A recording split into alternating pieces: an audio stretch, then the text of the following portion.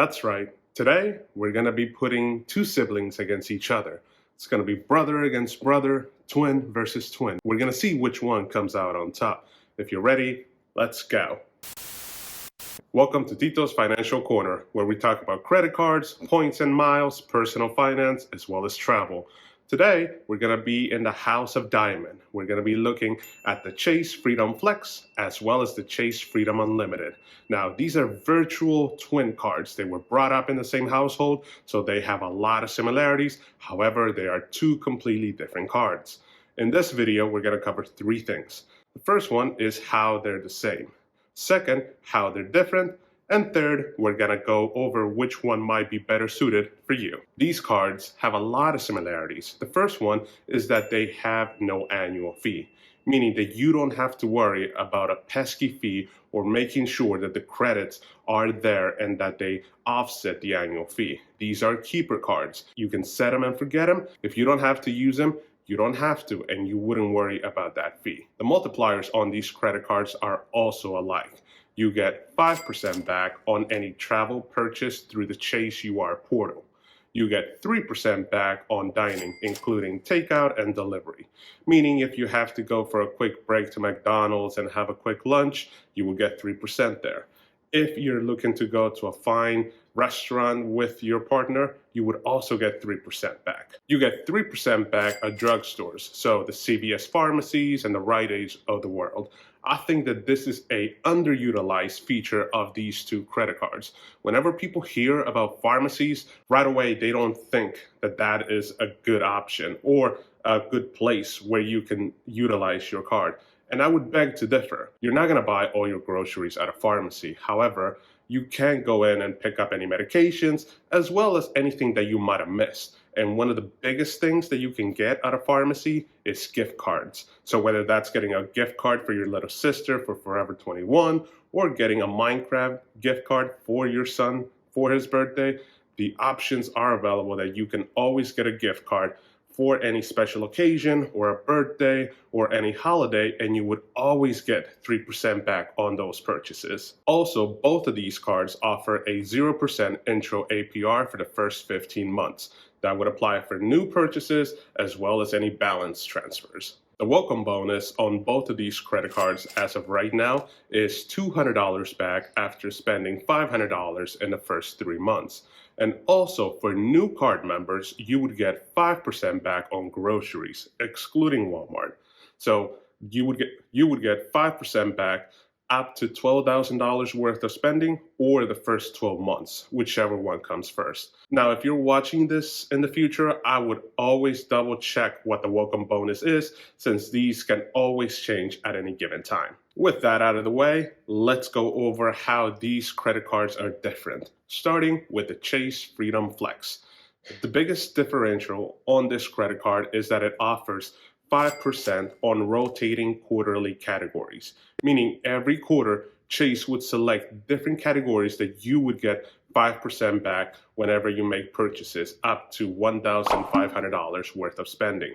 Now, before you get all happy, you must know that you have to activate these categories every quarter, meaning that you have to log into your Chase app and manually activate these offers for you. For the first quarter of 2023, those categories are Target, groceries, again, excluding Walmart, and gym memberships. That's it for the Freedom Flex card. Let's move on to the Freedom Unlimited card. Now, this card has a lot of features as well as a lot of multipliers that you guys have to know. So I would venture to say you should get a piece of paper as well as a pen to make sure you notate all of them. Are you ready? No? I'll give you a couple of seconds. Ready? Okay. So with the Freedom Unlimited card, you get 1.5% back on all purchases. And that's it. That's it. That's right. This is a no-frills credit card. What you see is what you get. You get 1.5% back on all other purchases other than the multipliers we already touched on. Now, you might laugh at 1.5%, but that 50% boost can actually add up really quickly, especially if we start adding the Chase trifecta or we transfer our points out to Chase's transfer partners. So again, we should not laugh at the 1.5% that we get on this credit card. That brings us to the Covenant Chase trifecta, where you could pair up your Chase Freedom Unlimited and your Chase Freedom Flex with either the Chase Sapphire Preferred or the Chase Sapphire Reserve card. Both of them would give you an automatic boost on your points whenever you're making travel purchases through Chase's portal. If you're looking at the Chase Sapphire Preferred card, you would get a 25% boost on your points.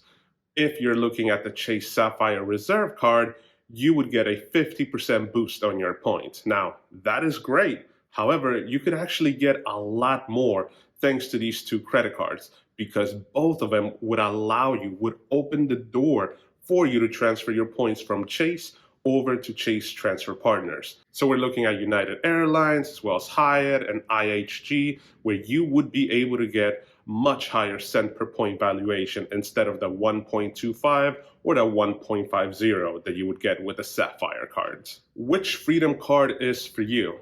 And I would venture to say that these two credit cards are for two different individuals. The Chase Freedom Flex is definitely for those people that want to maximize all the points that they get, meaning that they are on the lookout every quarter to make sure that they spend $1,500 so they can get 5% back on all their purchases. These individuals also don't mind putting in a little bit more work, meaning that they will literally put stickers on their credit cards to let them know which credit cards to use at which establishments to get the maximum points. These individuals are also planners. They want to make sure they maximize every single transaction, so they might have different cards from different issuers. The Chase Freedom Flex might just be their specific card for this specific quarter, just because it would offer them 5% back on that specific category.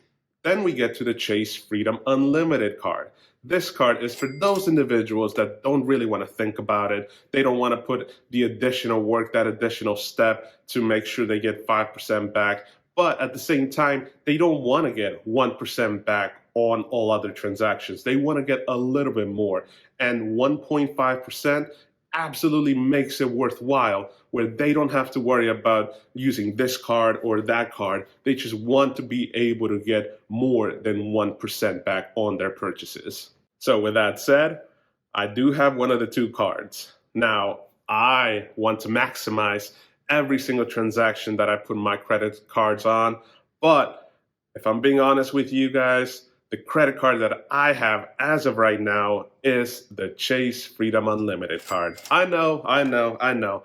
I should get the Freedom Flex, and I will get the Freedom Flex. However, right now, I'm quite content with getting the 1.5% on all other transactions, just because I always transfer my points over to Hyatt, where I'm usually getting 2 to 3 cent per point valuations. So again, is the Freedom Flex a bad card? No, it's not. I will definitely get it. It's just that I prefer the Freedom Unlimited card for the 1.5%. If you are interested in applying on either credit cards, please consider using the referral link at the bottom of this video to help out this channel. If you found any information useful in this video, please consider hitting that subscribe button as well as that like button.